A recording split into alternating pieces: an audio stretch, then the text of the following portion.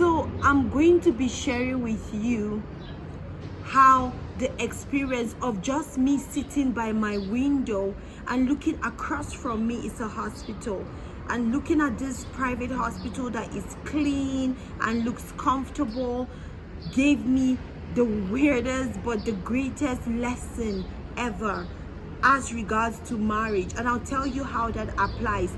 But before then, I would want to encourage you to please hit the subscribe button, like and share the videos, and don't forget to leave your comments. It will be highly appreciated. So I'm just going to go right into the video, okay? Now, I was looking through my window with my cup of tea and I saw how comfortable this hospital is. Like, comfortable, it's clean, you know, and it's like what people would call up to standard. Now, you know, a lot of people prefer to go to like private hospitals instead of government hospitals because of the standard of the facilities you get from both ways.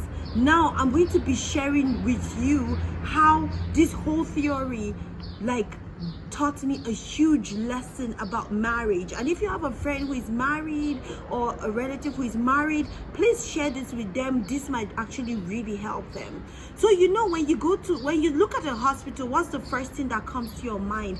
It's a place where you find people who are hurt and who are injured or who are sick.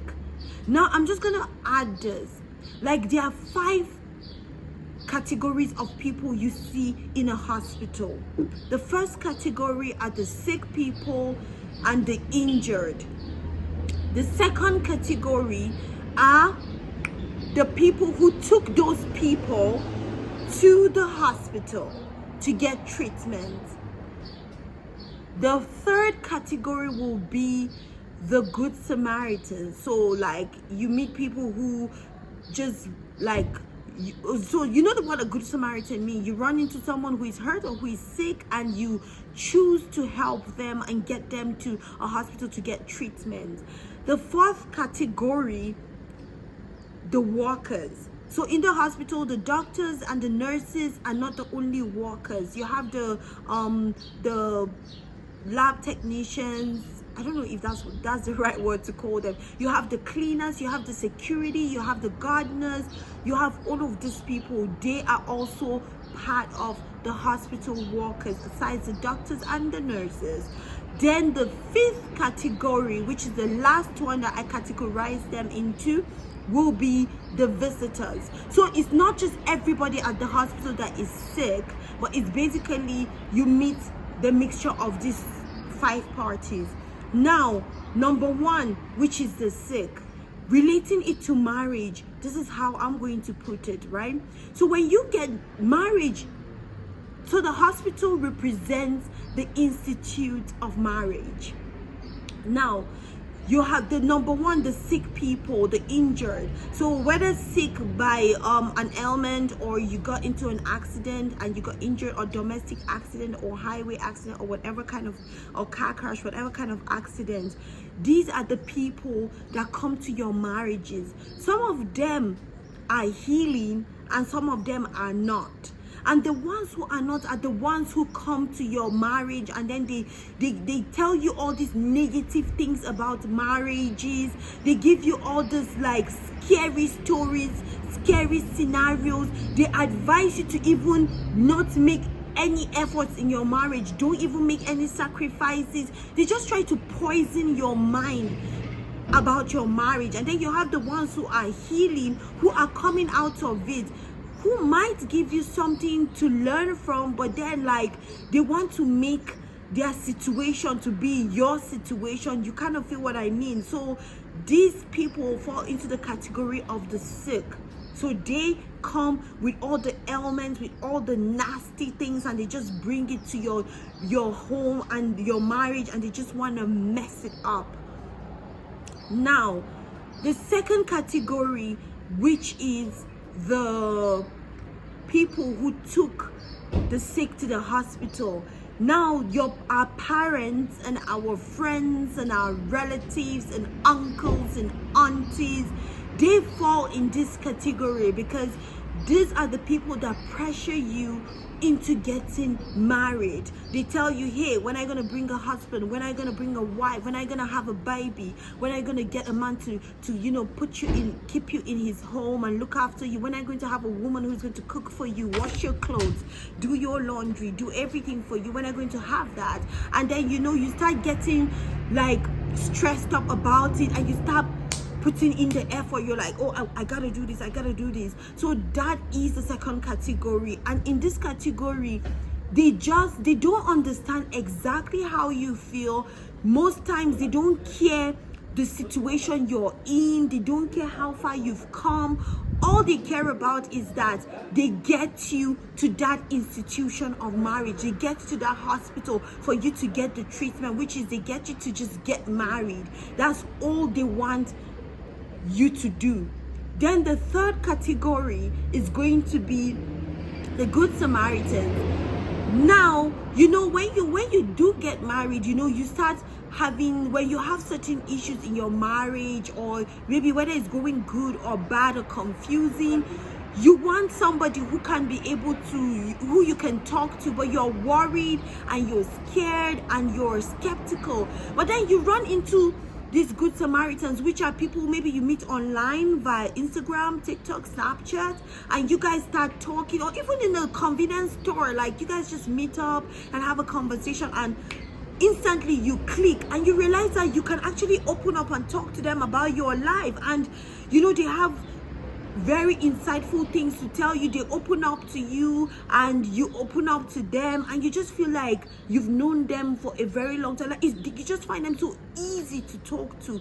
These people fall into this group. Now, that's not to say that you won't meet the bad Samaritans. That's the ones who are going to come, and then instead of giving you insightful energy, they just like suck you up and dry you out and just ruin everything. So yeah, it's also very possible. But then these are the kind of these people fall in this category of the Good Samaritan or bad Samaritan. So now it's left for you to see the kind of energy you're getting from that Samaritan and decide if they are good or bad, and be able to couple yourself together and throw them all out in the bin. Now, the fourth category, the walkers. Now, the walkers is no one else but you and your spouse. Now, both of you are supposed to come together, work together to, build this institution of marriage, build your home, build a family, build your relationship. Now, in the hospital, the workers, you have the doctors, the nurses, you have the gardeners, you have the security people, you have the janitors. Like, a lot of spouses want to say, oh, well, I just want to wear a white coat and be a good doctor. I don't want to be a mean nurse and, wear the blue uniform and be a mean nurse. Oh, I don't want to dirty myself up cleaning, be the janitor. Oh, no, I'm not going to trim the grasses and I'm not going to do the gardening. Oh, no, I'm not going to be the security man. But in every institution, all of these people are important, because without them, the system will not work. It will not function. Meaning you and your partner have to choose to swap roles. Sometimes do the dirty work and let your partner do all the prestigious work. And sometimes let your partner take on the dirty work and let you do the prestigious work. You both have to go dirty and go clean. There is nothing like, oh, I don't want to do the hard work, I don't want to do this, I don't want to do that. Now, who is going to do the work though? And then when things start falling apart, you're blaming your partner. No, you didn't agree to put in the work. You can't always leave the dirty work for your partner to do. It must strike a balance. That is the truth. So not everybody can get to be a doctor. Not everybody can get to work in the laboratory. Not everyone can get to be the cleaner, the security guy. So somebody has to do the work to keep the system running.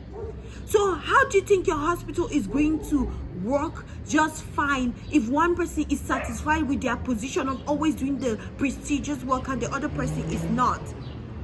That isn't balanced. So in this, connecting this to the institution, connecting this hospital workers to the marriage, you all have to do the work, the clean, the prestigious job, and the dirty work. There is no I choose to do this, you do that. No, the responsibility for doing everything belongs to both of you. Now, just to add to this point, I've spoken to a few people and I asked, why do you want to be, because I do have a video coming up on that, and I asked, why do you want to be in an interracial relationship? Because I was having a conversation with a friend, and then I started talking to a few people just to hear their opinion, and some of these opinions are so ridiculous. Like a girl once said, well, I want me a white guy because I want him to be able to buy me flowers every day, to cook me dinner. I just want to sit down. I think he has so much money, I won't work, and then he will. That's such a stupid and a very low life way of thinking. I mean, it's not a bad thing to want a good life, but for you to say you want to marry someone so the person will do all the work, no, just say you're looking for a pussy.